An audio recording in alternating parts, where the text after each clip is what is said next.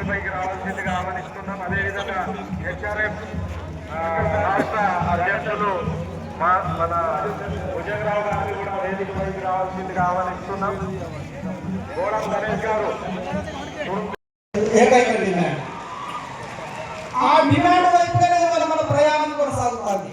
ఆ డిమాండ్ వైపుగానే మన పోరాటం సాగే క్రమంలో మీ ఆత్మగౌరవ సభలు పెట్టుకోకుండా ఆదివాసుల్ని రెచ్చగొట్టే కార్యక్రమాలు వాళ్ళు మొదలుపెట్టారు. ఇవాళ ఇక్కడ ఉన్న ఆదివాసుల వేరే తక్కువ కాదు. గోరువాల రాజ్య ఆడవాళ్ళను పుచ్చుకొని ఆ వీరత్వాన్ని తెలిసిన బిడ్డలు మేమే కోరుకుంటాం. మరి దెబ్బకు దెబ్బ, మాటకు మాట, మంచితనానికి మంచితనం, అదే మా ఆదివాసీ సిద్ధాంతం. నువ్వు మాట్లాడితేనే నేను మాట్లాడాల్సి వస్తుంది.